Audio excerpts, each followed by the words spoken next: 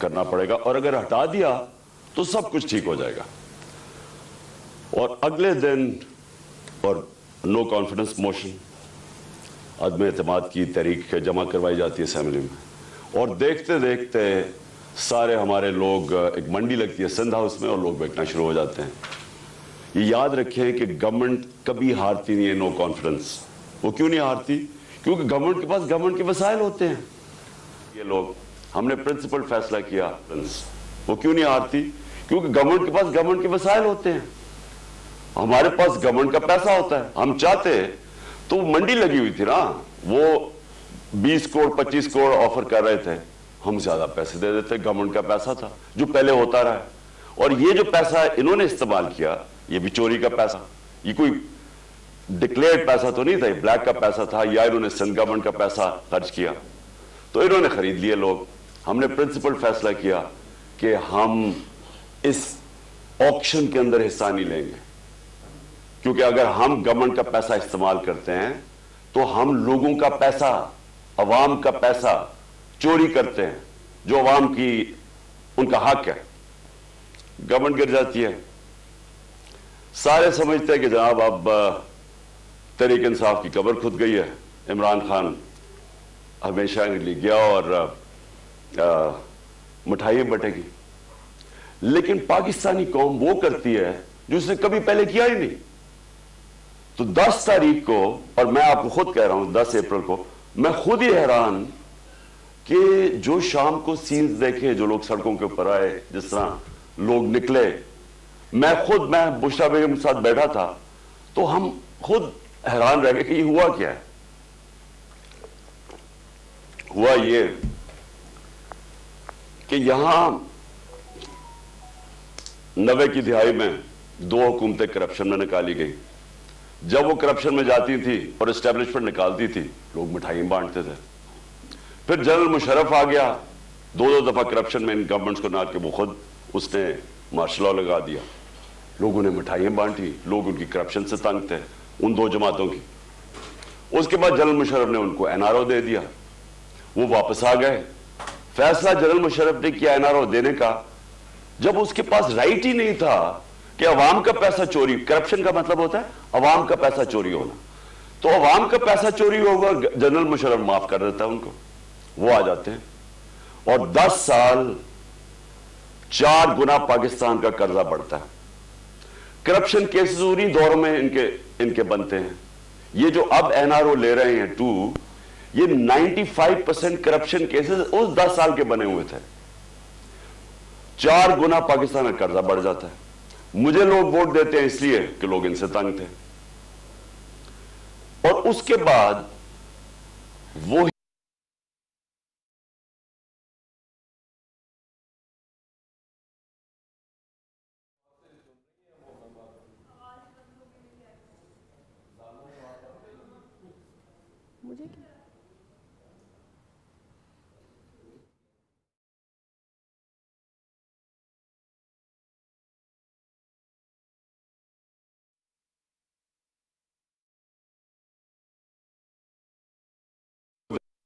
چلے جائیں گے. جب وہ چینجز لے کے آتے ہیں, مٹھائیاں بنتی ہیں. اسٹیبلشمنٹ کو یہ عادت تھی. ان کو ایک دھچکا پڑا کہ اس باری پاکستانی قوم نے فیصلہ کیا کہ نہیں, یہ جو 30 سال سے ملک کو چوری کر رہے ہیں, ہم ان کے ساتھ نہیں جانا چاہتے, اور اس لیے وہ پبلک سڑکوں پہ آ گئی. میں نے عوام سے میں اٹھا ہوا ہوں.